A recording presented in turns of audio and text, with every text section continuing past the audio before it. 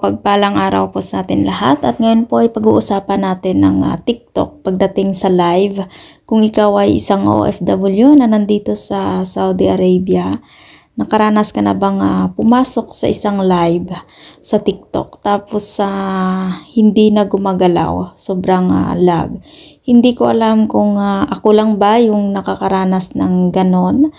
Kahit anong gawin ko, kahit na naka-restart na yung phone ko, ni-restart ko na yung wifi, ganon pa rin. Parang nakaraang taon pa to na ganon yung nangyayari dito sa sa TikTok.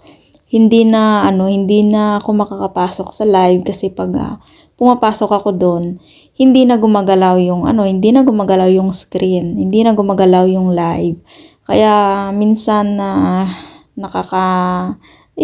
nakakainis kasi gustong-gusto mo sanang manood ng live kasi may pinapanood akong live yung mga nagbebenta ng mga gamit, yung mga yung kababayan nating mga OFW din na nagtitinda online sa TikTok. Tapos pagpasok, hindi na gumagalaw, hindi tawag doon, naka-stuck lang yung live. Kaya sana kung kayo may alam kayo kung paano ayusin to, paki-comment sa baba.